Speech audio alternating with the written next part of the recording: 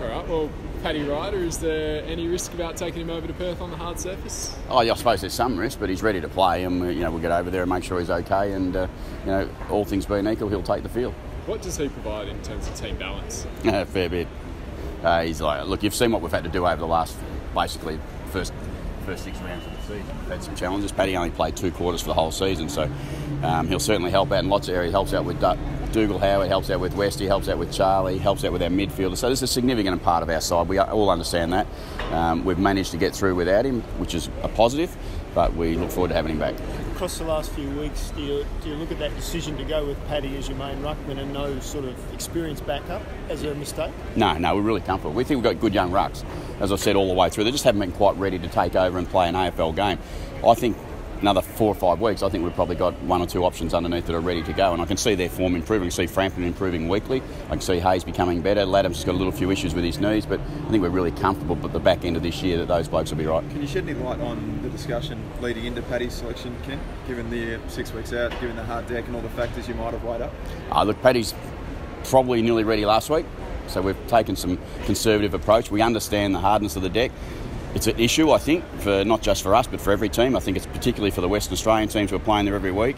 There's injuries coming out of it, and that's a significant issue, one that we had to consider really closely. And if we get there tomorrow and we feel like there's any issue at all with Paddy, we won't take that risk because of the deck. So you train on the deck today? Unfortunately, we're not allowed to. So they're trying to make it soft, I think. How do you figure out whether it's too hard for him? We get to walk around on it today as a group. That's all we get to do, and then we go and train at Leaderville. So it's not the ideal preparation, but it's the preparation we deal with. So it's consideration to sit him out this one and then maybe preparing for the showdown, or even look till after China so he can have a full 4 weeks of recovery? No, he's ready to go. That's not the issue. The only reason would be a setback. So it's a matter of, you want your best players in your team, you manage their times the way you need to. When's the right week to bring Paddy back? There's always, we had Eddie had last week, so we considered Eddie had. We've got Perth this week. We've got a showdown next week. There's never quite a right time. We've got to manage in the best way we can. So who are you on travelling emergencies? Sorry? Who are you taking over as your emergencies? We'll take Tom Cleary and Jack Trengo will come over with us. We'll take the extra, because we go to Perth, we always take 2. Okay, so obviously, if, like you said, if the deck's a bit hard, you sort of think it's not right for Paddy, there's a chance one of those 2 guys to come into the side? Yeah, absolutely. We won't take that. Any player. I mean, obviously you take your emergencies in case someone gets ill, but in this case we've obviously got a little bit of a backup plan just in case Paddy's not comfortable. And the decision about Cleary missing out must have been a tough call, obviously, because Homsh's been in great form the last couple of weeks since he's come back on the side. Yeah, that's exactly the reason, though, isn't it? Homsh has been in fantastic form. He deserves to play. Tommy's really unlucky. Played a really strong game last week. When you're in good form as a team, that's what you need. That's what happens. So what would you expect from Paddy from here on, ideally? Is it a gradual build-up? He plays the full game?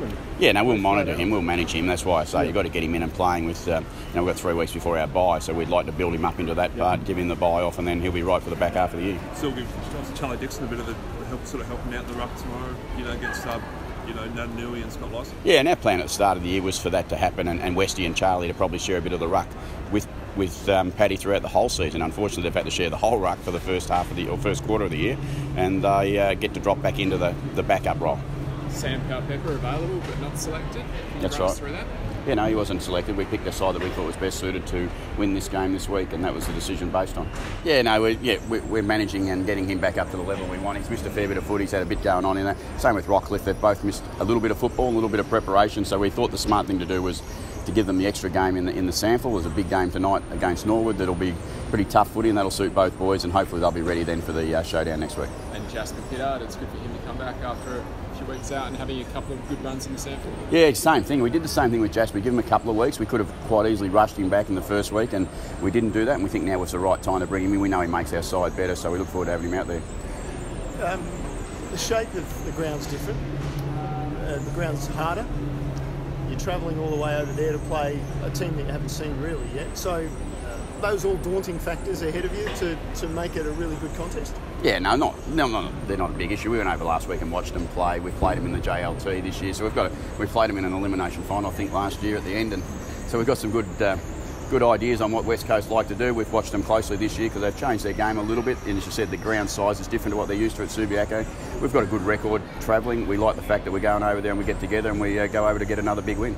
Next, we talked about earlier in the week about West Coast defensive structure and obviously having McGovern behind the ball. How do you counter that in terms of the entries into 450? Yeah, look, it's a bit about what we do with the ball, and that's always important. If we use the ball well, that will help limit what he can do. He's a great player. We all understand that. He's got a pretty big price on his head right now, so he's obviously a pretty handy player. So we'd like to think that we can limit his damage, but he's a quality player. They're going to have some impact in the game. We've got to do the best to reduce that, and also, more importantly, work on what we're going to do ourselves to get it right. And having obviously Paddy back is going to help Charlie Dixon play more forward and sort of get his, I suppose, form in front of goals, hit the scoreboard a bit more. I thought last week was really good for Charlie. I thought he had a really big game, and I think he took some confidence out of that game because he's been trying to get his form rolling, and hopefully that will help him become a bit more damaging when he's up in the front end for us. But the service hopefully that Paddy may be able to provide the mids helps too.